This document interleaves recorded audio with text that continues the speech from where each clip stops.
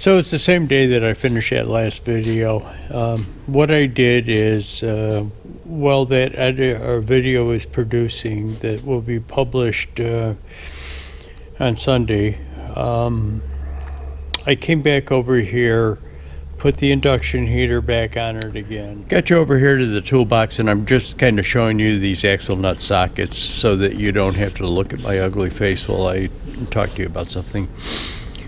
In the description of the video, I kind of listed that I'm an idiot, and it's not a clickbait type of thing. I will get into it. I just kind of wanted to assure you that it wasn't a clickbait type of thing.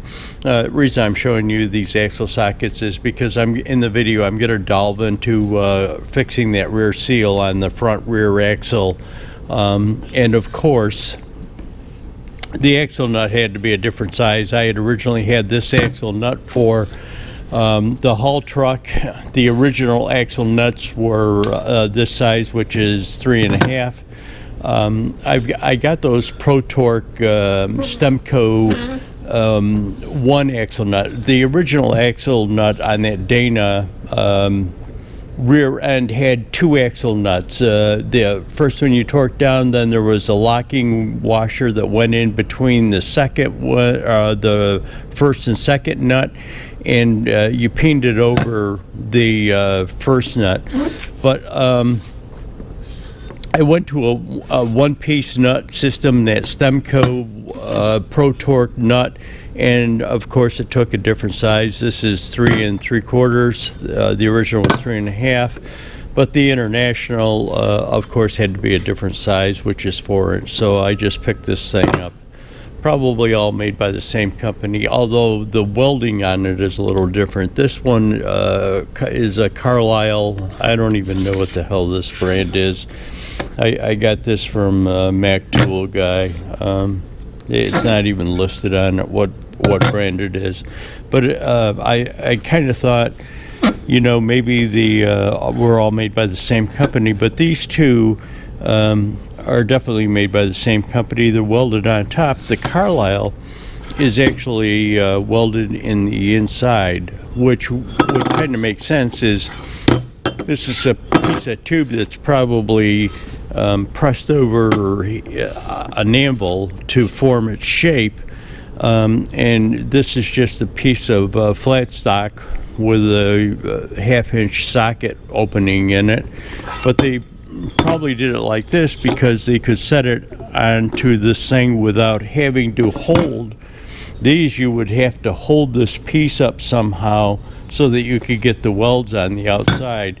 This one you could just set the piece down inside of it and weld it on the inside. Maybe it's the same company and they're just using different methodology of it, but you will get to me being an idiot pretty soon. Then sprayed some PB Blaster in it after it had warmed up, and then put that Torx Plus thing back in there and kind of pounded on it with a hammer. So I'm going to leave it sit overnight, and I'll bring you back tomorrow, and we'll see what happens with it. Okay, so it's the following day from my last video, and the day that I had posted the shop update of 11/29. What I did this morning is came in here. I had put penetrating oil in there overnight.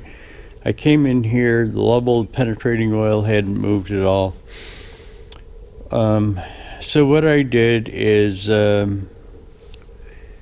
took this Torx Plus and put it in there, and hammered on it a little bit and kind of left it.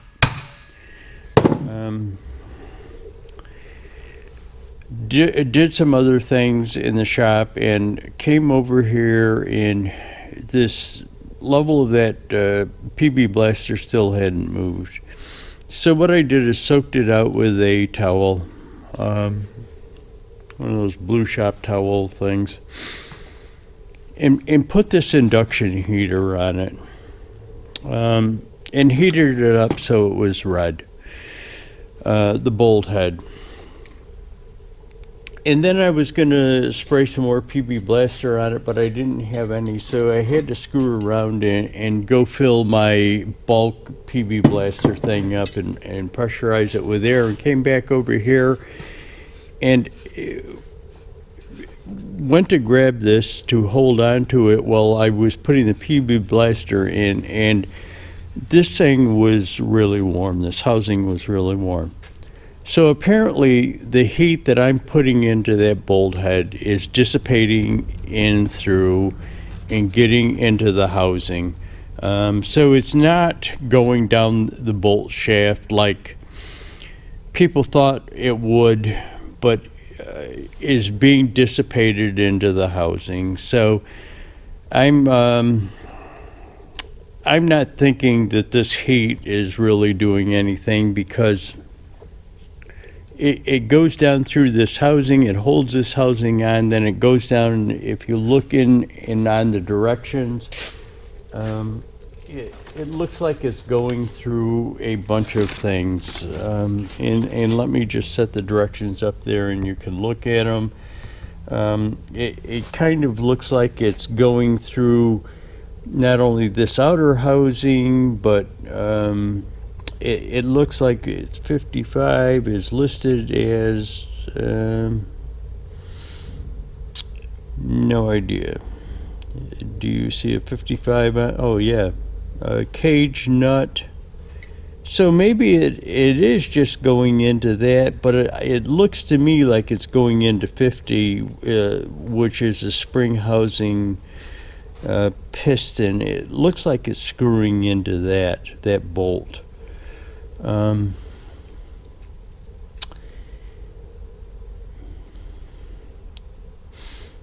Again, I'm not.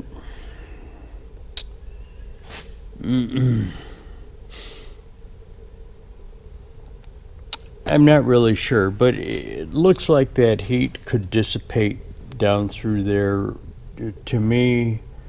And I think that's what's happening because this thing was warm. So what I'm going to do is going to put that wrench back on it again, the long bar, and see where I can go with this thing. Well, this couldn't be good news. Okay, let me give you a shot of something instead of, again, looking at my ugly face, so that we'll talk about me being an idiot here, or start talking about it. I showed you a brief clip of it in the mill. I had worked on that bolt, put the heat on it, put PB Blaster on it, and couldn't get it off. So I took it off of the bench and put it over in the mill with the intention of milling that bolt head off to get it apart, and then trying to find a new bolt for it. But before I did that, I thought, is there a detailed explanation on the internet about taking this thing apart? And lo and behold, I start looking on the internet and come across a YouTube video that was made by Horton, the manufacturer of that fan clutch, explaining how to take it apart. And all of this time that I had thought this was a bolt, it isn't a bolt. That is a threaded stem up there that holds that outer housing is screwed onto. So it's not a bolt. Me putting heat onto it did nothing, because it isn't a bolt. It's not threaded into something. That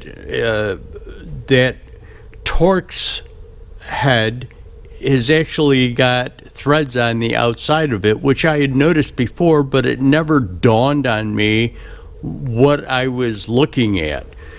So that housing actually screws off of that shaft, threaded shaft that comes up there with the Torx, and the Torx is there just to hold the shaft in place. And also, as one of my viewers pointed out, and I had misunderstood him about putting air into it,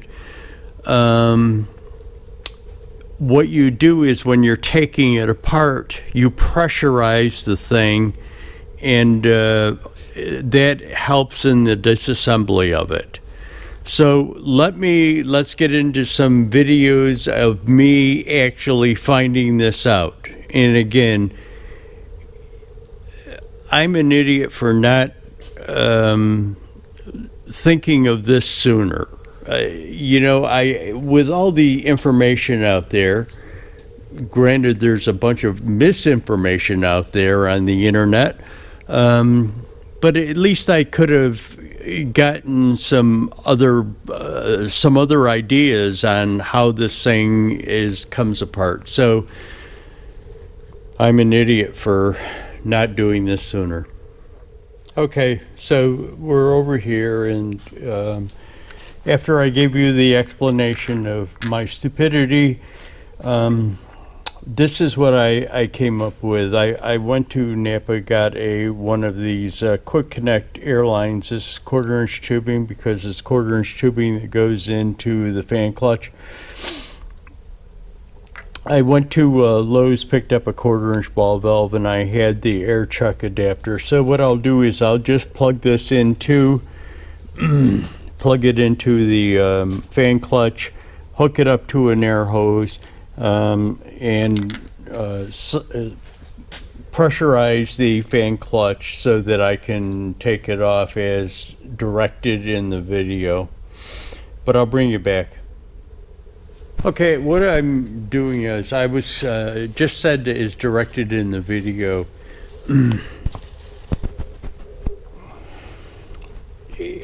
You can reread these instructions that come with this rebuilding kit, and it isn't abundantly clear to me that they want you to rotate the fan clutch. See, they kind of point to the ratchet that's holding the T55 Torx Plus to be rotated, and not the housing. So again, it's not abundantly clear, but I get my stupidity for probably not diving into this earlier and trying to find like a YouTube video or instructional video on rebuilding it.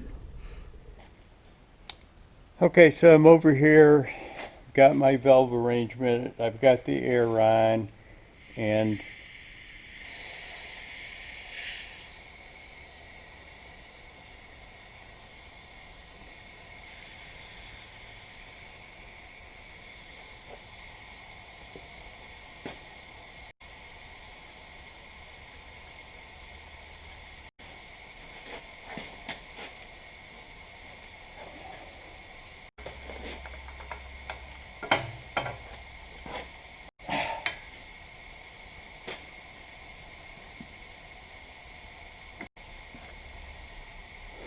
okay, so I'm still not having any luck with this thing.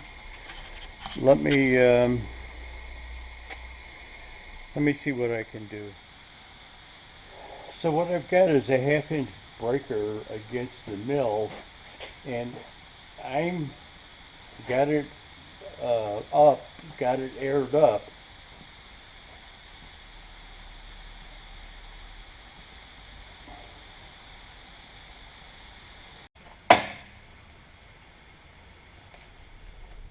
Okay, so what I didn't show you in those clips, or I didn't have the camera on when it happened, it's not that I didn't want to show you, I just didn't have the camera on when it happened, but the inside of that Torx stripped out. So I'm not really sure where I'm going to go from here. Let me bring you back and we'll discuss it. I told you that I'd bring you back and we would discuss it. Now, it's not the same time, same time frame. I'm talking to you in real time right now. Just so happens that I'm wearing the same hoodie. What happened is that, as you saw from the video, that Torx had stripped out. Now, let's discuss a couple of things. First of all, it's a stem, not a bolt. But what I was doing before saved the heating thing. That would have had nothing to do with it. But the way that I was trying to take it off, in fact, would have been the same thing that I was doing then, or doing on the mill, knowing that it was a threaded stud that came up through there and not a bolt. How I was holding the housing and turning the Torx head would have been exactly the same process, regardless of whether it was a bolt or the housing was threaded onto a stud. Would have been taking it apart would have been the same thing. The only difference would have been I didn't have it pressurized. So if that is what the root cause of this is I'm not really sure. But let me tell you where we're going from here. It's stripped out on the inside of the Torx, so I can't hold that stud in place while I'm trying to unscrew the housing. Now, the Mac Tools makes a new line of products that are, I've seen independent testing by somebody that's independent of Mac use these things, and they're called RBRT or something like that. They're for stripped out Allen's, Torx, things like that. I think they're making a set of sockets too for like stripped out nuts. But regardless of the point, I'm going to try and get one of them because this guy says that they will still work on something that's stripped out, like 70% of the thing is stripped out and it's supposed to still work. So I'm going to try and get one of them. Try it. If it works, great. If it doesn't work, then I will go from there.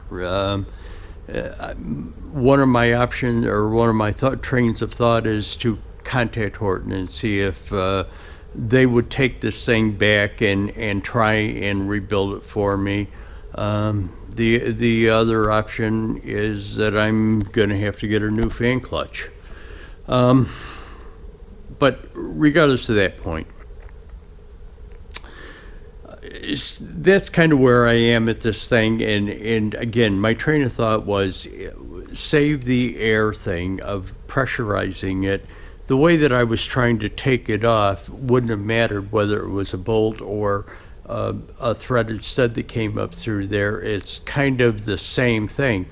Me trying to heat it wouldn't have done anything because it's a threaded stud. It wasn't a bolt. It wouldn't have broke that bolt loose.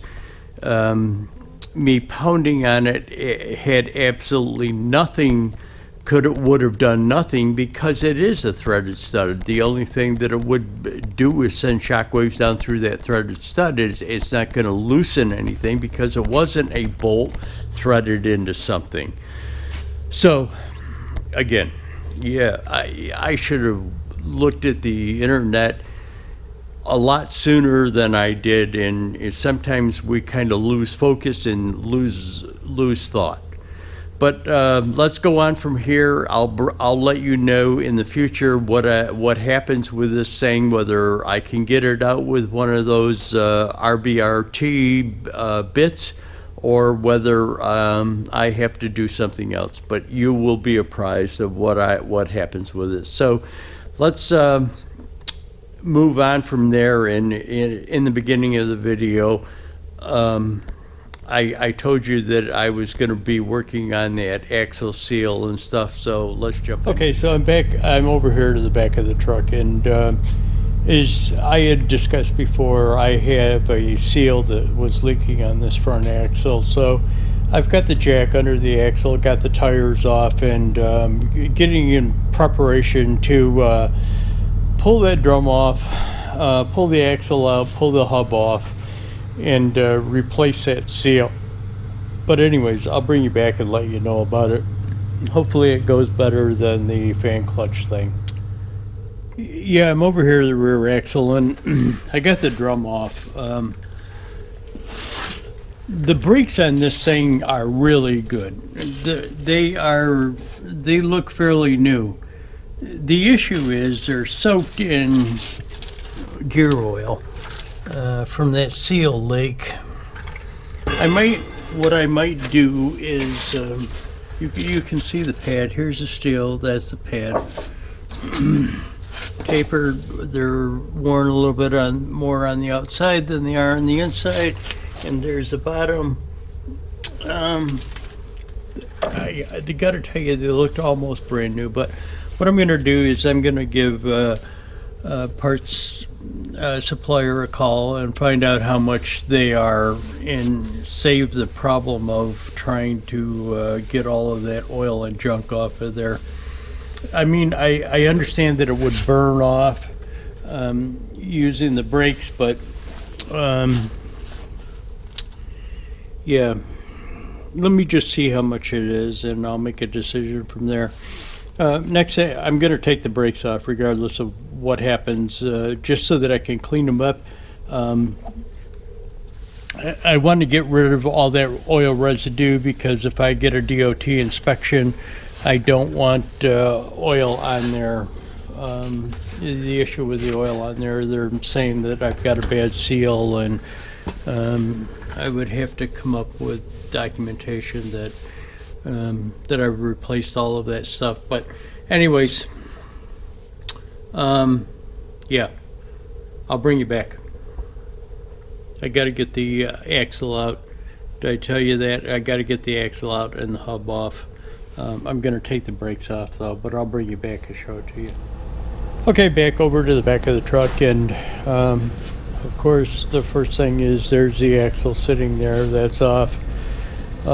Brakes are off. The hub is off.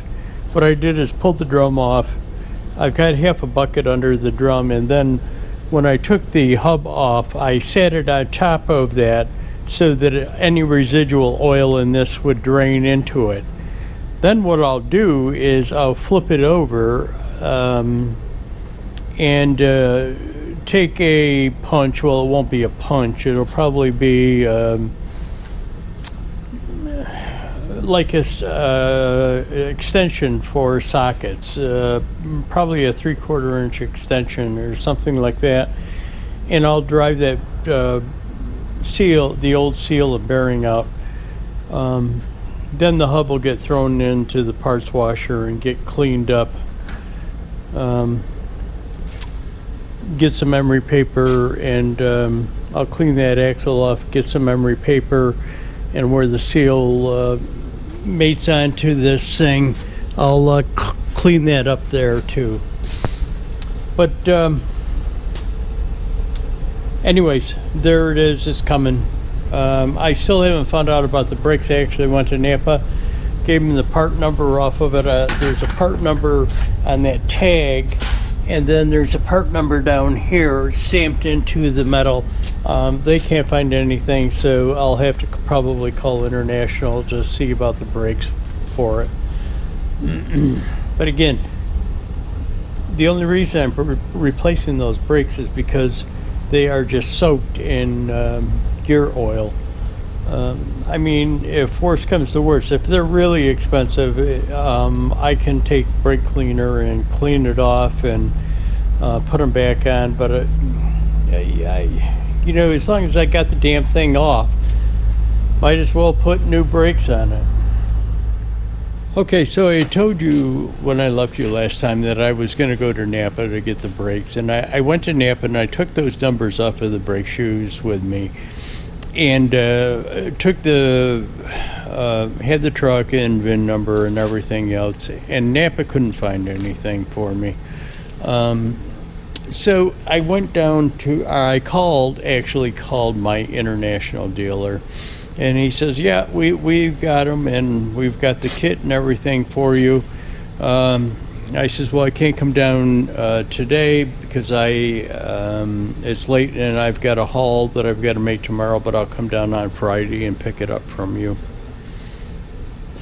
He gave me the price over the phone, and I was totally stunned, to tell you the truth. But anyways, I go down there and I got it this morning. This is Friday. I go down there and I got it this morning. So here are the new shoes, and here is the kits with the springs and the S-cam rollers and everything that goes with it. I also picked up gasket for the axle hub flange. And a new washer that locks that nut in there.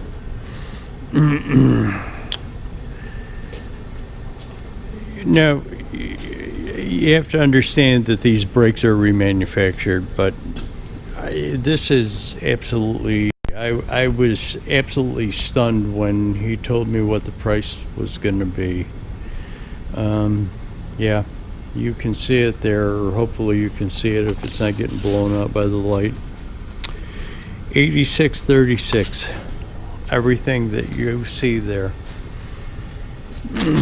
I was just stunned. You can't buy brakes for like a pickup truck that cheap.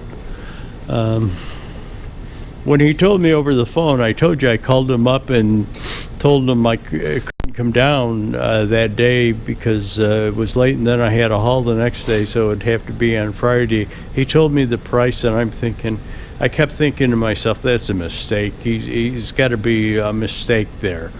So when I go down there, it's probably going to be a lot more than that. But anyways, sometimes cool things happen. Okay, just as a little side note, you probably saw the forklift truck sitting here, and I'm going to put a clip in here in between shots of the replacing that seal. I told you that I got the brakes. I called International, and they had the brakes, and I had to make a haul, and so I was going to go down on Friday morning after I had made the haul on Thursday and pick the brakes up and come on back. So I came in Friday morning to planning on going down there and picking up the brakes, and I get a text message from a guy that has a shop next to me. Well, he used to have a shop next to me, moved actually 2 doors down. Same building, just a couple of doors down further to a bigger shop. He says, I got a favor to ask of you. He knew that I had that attachment to that I used to haul my trailer around on the forklift, because it's easier to maneuver my trailer with a forklift than it is a pickup truck, because you don't have that added length in. The turning radius on the forklift is a lot harder, so that you can, not harder, but you can turn in a bigger, tighter circle so that you can maneuver the trailer better on it. So anyways, he says to me, listen, I'm going to send this girl in that works for me. She's going to be coming in. I've got a trailer, a boat and a boat trailer in my shop. Can you pull it out so that she can get another car in to detail it? If I didn't mention that, he owns a detailing shop. And I say, yeah. Now, I got to tell you, this girl that he's got working for him is really attractive. Really attractive. I'm,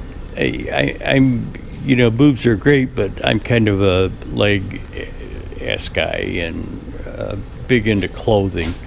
You know, I love it when women dress nice. Anyways, she's really attractive, but she's also really, you know, kind of fun too. She has no problems in telling you what she thinks about something in no uncertain terms. But anyways, so I go down there with this thing, and I'll explain it in the video. But anyways, I'll throw this clip in because what it's going to become is another little project that we've got to fix in the shop. Okay, so I had mentioned that I had to move that boat for that girl, and I had an issue with it. But look what it did. Now, I had to take my ball off, which is whatever that size is. It's 5/16,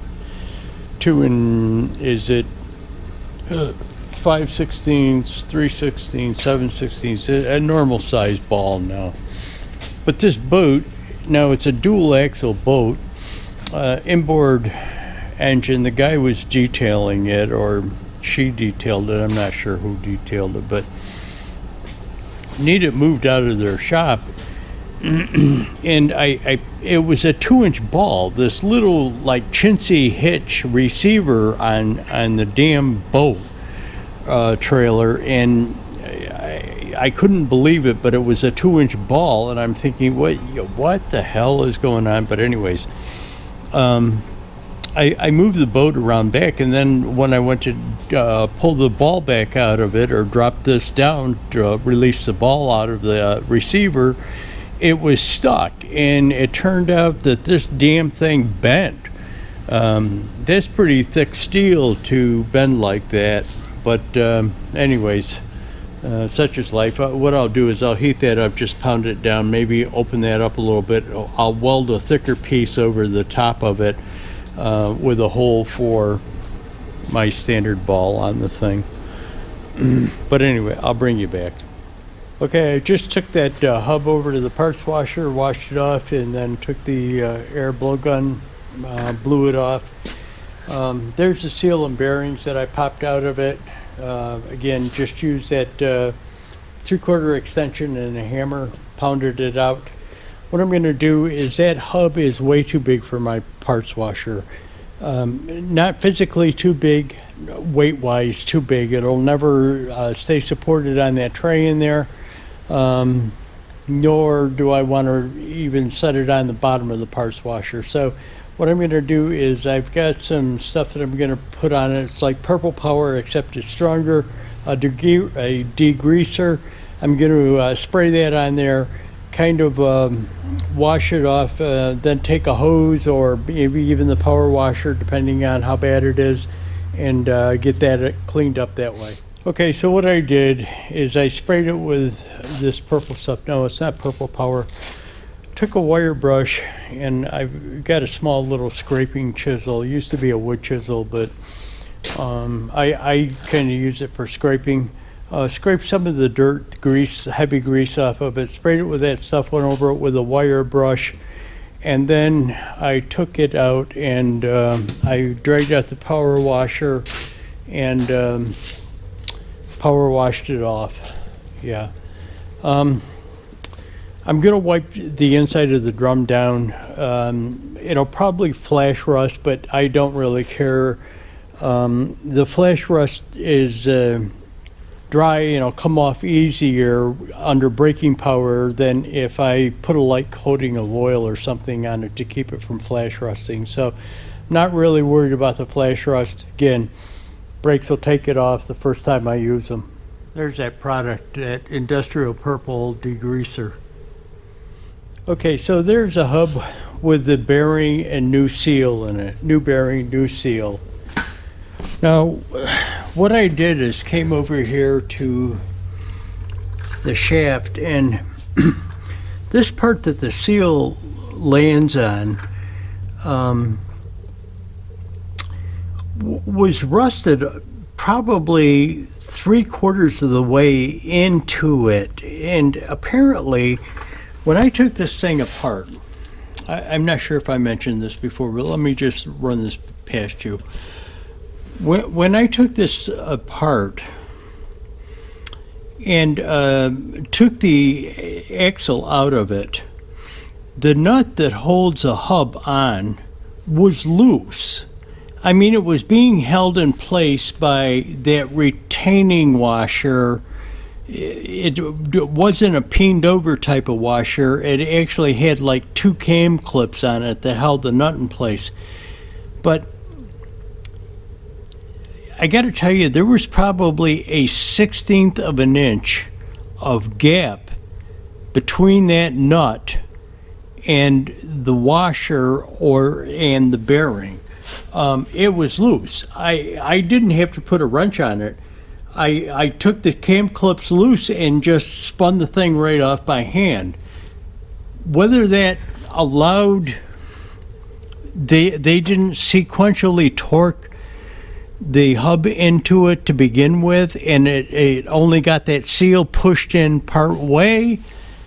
I'm not really sure, but maybe I can do a little visual, and I'm not sure if I'm going to be able to see in there.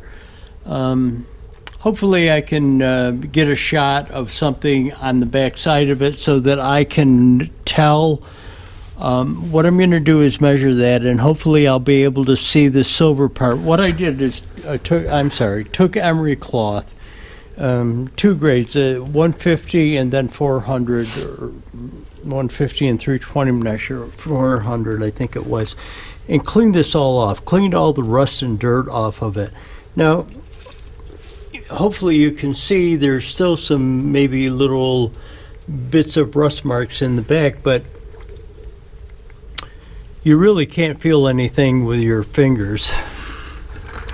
But anyways, I'm going to put that hub back on, put a little oil on it, put that hub back on, bring you back and let you know how I make out. What I was going to say is I'm going to measure this just in case I am able to see it. I can tell how far much of engagement I've got, but I'll bring you back. Okay, I'm going to wrap it up for this video. As you can see, I just slipped the hub back on.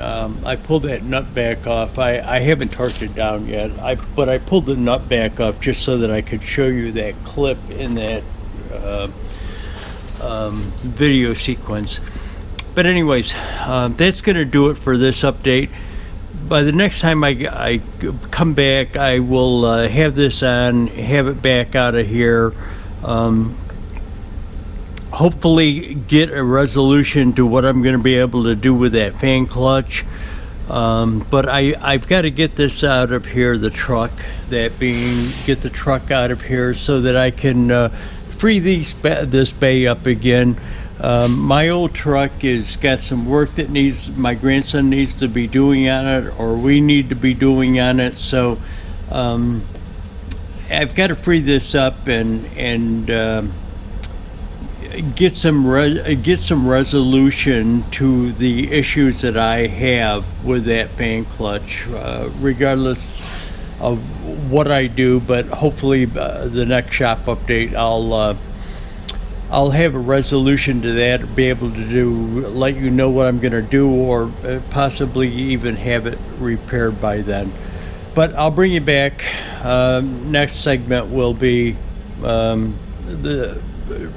getting this back together, hopefully the fan clutch, possibly my grandson's truck, that tow thing that I use on the forklift, and some other things. Thanks for watching, guys. And oh, by the way, no, I'm not going to give you a picture of that girl. That would be kind of bizarre for me to do something like that. Yeah. Let me take a picture of you so my viewers can see you. No, I'm going to keep hot girl to myself. In her yoga pants and tights. Thanks for watching, guys. Hit that like button, subscribe.